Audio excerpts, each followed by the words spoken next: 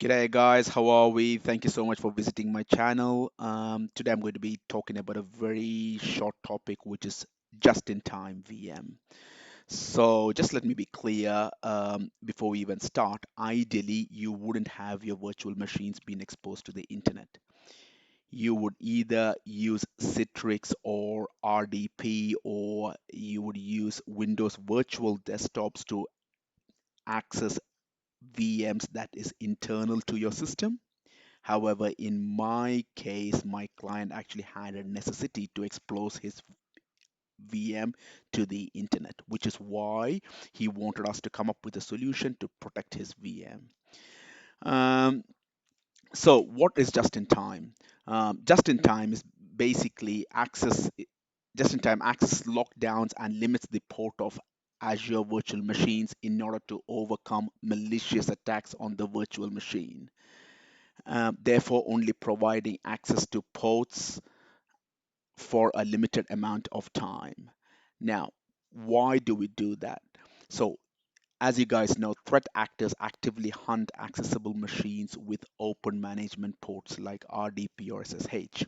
If you have your public IP address attached to your VM, it is pretty much giving them a golden opportunity to just come and start attacking your VMs. All of your virtual machines that have they are public that are attached to public IPs and accessible to the internet are potential targets. When one particular VM is compromised, it is used as an entry point to attack further resources within your environment. So, as with all cybersecurity prevention techniques, your goal should be to reduce that attack surface. In this case, this means having fewer open ports, especially management ports, which is why just in time will come in handy. So as you can see in my slide here, the just-in-time VM access page opens listings the ports that Defender for Cloud recommends protecting. It gives you an option to close all these ports and only open them for the duration of when it's required. You will come to know everything in the demos, so just hold on for a few more minutes before I just complete what is required. So, as you know now, just in time is basically will lock down your internal ports, especially your port 22, 3389, 5985, and 5986 for the duration of hours that you choose to. What are the requirements? You will definitely need an Azure subscription. You will need to have one or more virtual machines that you need to enable just in time for. The main thing is you need to have Microsoft Defender for Cloud enabled.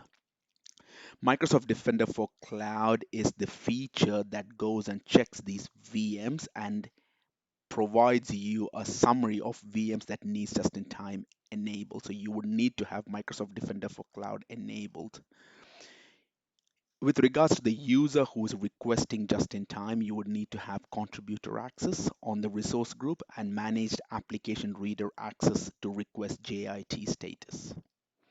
So just giving you another minute of theory and before we jump into the most exciting practical bit. So this is the flow. This is the flow of what JIT does. So basically, when you have Microsoft Defender for Cloud enabled on a subscription, it is going to go into each and every VM and it's going to follow this particular flow chart. It's going to say, is just-in-time VM already enabled? If it is already enabled on that VM, perfect, the VM is classified as healthy. If it is no, it's going to do a couple more steps. It's going to ask, okay, is the VM assigned to a network security group? Ideally, all your VMs, all the NICs of your VM should be attached to a security group. And ideally, that's the case. So, for example, if it says here, is the VM assigned to a network security group? If it's yes, it's going to ask you, does that NSG actually allow rules for these particular ports? If it is saying no, it's all been blocked, perfect. The VM is healthy. If it has got that allowed, it's going to say, okay, what's the next set of protection? Or do they have a firewall? If it says yes, does that firewall allow these ports? If that comes as yes, then they will say, okay, you need to have just-in-time access. You need to enable that. If it says no, they all block this particular ports. Perfect. The VM is healthy.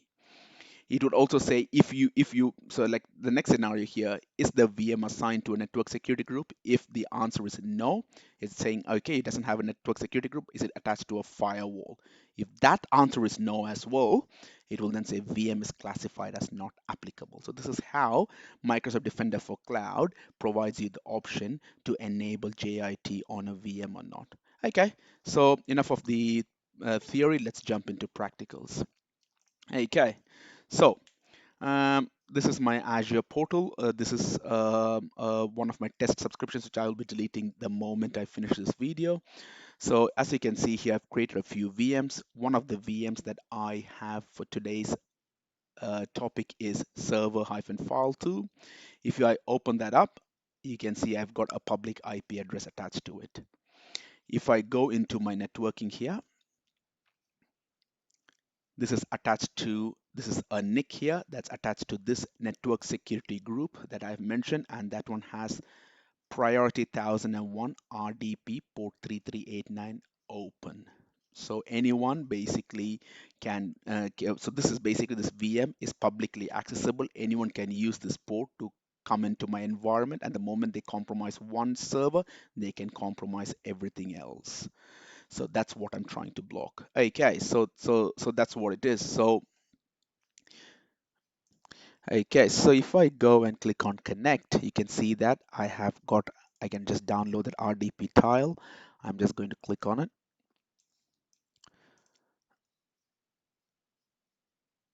Just going to bring it here. So I'm just seeing, can I access it via RDP? Yes. It's going to open that up. Just want to confirm I can. So basically I can access that VM via port 3389. Okay. Just confirming. I'm just waiting for it to come up. And there you go. Okay, cool. So how do I implement just in time? So from an administrator's perspective, you have two ways to do it. You can go into connect. You see the option here. It says to improve security, enable just in time. You can click on that and you can enable just in time here. However, I recommend to do it via another route. You would want to go into Microsoft Defender for Cloud. This is your whole sum approach. This is the one that I was saying you need to have enabled. If you go here into environment settings, if you go here, this is my subscription. If I click on a subscription, I can confirm that I've enabled the Microsoft Defender for Cloud and I've turned it on for all my servers.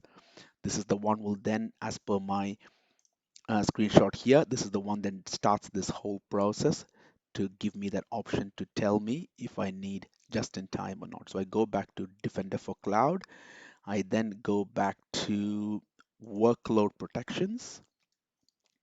And you see at the very bottom, I've got just in time access 9 unprotected. I click on that. If I go into not configured, I can see my VM here. The one that I want is server-file2.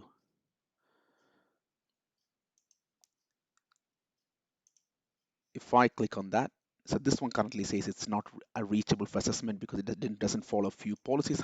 Ideally, if your PC will show as high and the VM is protected by an NSG that allows access to management ports. Anyway, that's what I'm supposed to be seeing here, but I've disabled assessment for this particular VM, which is why it's showing this. But the process is the same. Just click on enable just in time. The moment it says enable just in time, you will get this option here. These are the ports that I've mentioned in my document, where you have got an option to protect it or not. So when I click on this, I click on 3389 and there you go. It's going to tell you what do you want to do. I'm saying I've got I know 3389 is a TCP port. So TCP per request. There are two options. You can say per request, which means every time you request, that particular person's IP address will be allowed to access. Or you can give a CIDR block, which says only a certain set of IP addresses can allow to access this particular VM during this just-in-time configuration. So currently I'm just going TCP per request. I'm just going to leave it the default 3 hours. You can go up to 24 hours or go as low as 1 hour. Click on 3. I'm just going to click on OK. Once you do that, very important, click on save.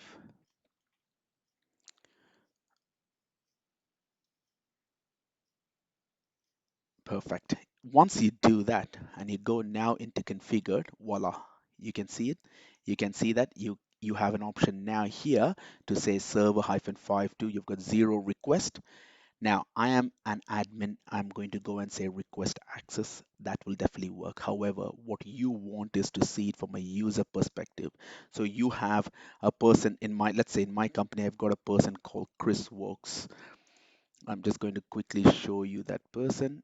So consider I'm going to tell Chris Works, who's working in my company, to come and start using this just in time. So I just go into Azure Active Directory. So the main things what I've mentioned here is you need to provide that user a couple of permissions. You need to provide him contributor access to that resource group so he can actually turn on just in time, and also he needs manage application reader access to request just in time. So if you go into my um, resource group,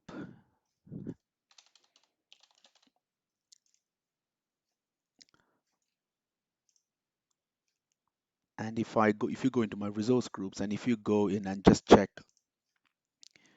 access IAM and go into role assignments, you can see I've got Chris Walters here who has got contributor access to that resource group and a manage application reader to request just in time. This is to that resource group where you've got that NIC, the VM, and the NSG. Okay, so that's that for that particular environment. Okay, so I've logged in as Chris Walters in another private browsing window. And as you can see here, because I've given him contributor access to that resource group, he should be able to see everything in that resource group. He also should be able to request just-in-time access as well to any servers within that resource group. So the one that is in that I have enabled just-in-time for is server-file2. He will then go from here, he will go into networking. um, before we go into connect, in networking, as you can see the priority is 1001 RDP as allow. So if you go into connect here, and if he goes and just says, yeah, so just before you go into connect, as you can see here, um, in my networking I actually have two NSGs connected to this server. But if you see here, number 1000 here, you see it's been blocked. So those particular ports 223389, 5989, and 5985 and 5986 is being blocked. So if I go and just try to RDP into this particular server, which I am just going to try again. Download.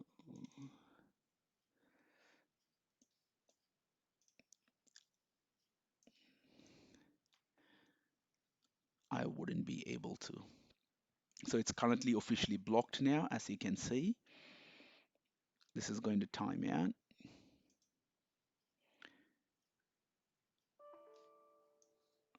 and it says it's not there. So that's what it does. It's completely blocks it. So I've got Chris Walters comes in, goes into his connect, and goes and says request access. So he's going to say, I want access to port 339 to my IP, which means only I will be able to access from my IP to that particular server for an hour. I'm going to click on request access for 1 hour or 3 hours, depending on how many hours have you configured. So if you go now to networking, and if you now go and see here, you can see that you've got port 3389. My IP address is 110 to that particular server only, which is 10.0, 10.10.10.8, which is that particular internal IP address of this particular server. So now if I go and if I try to open this, voila.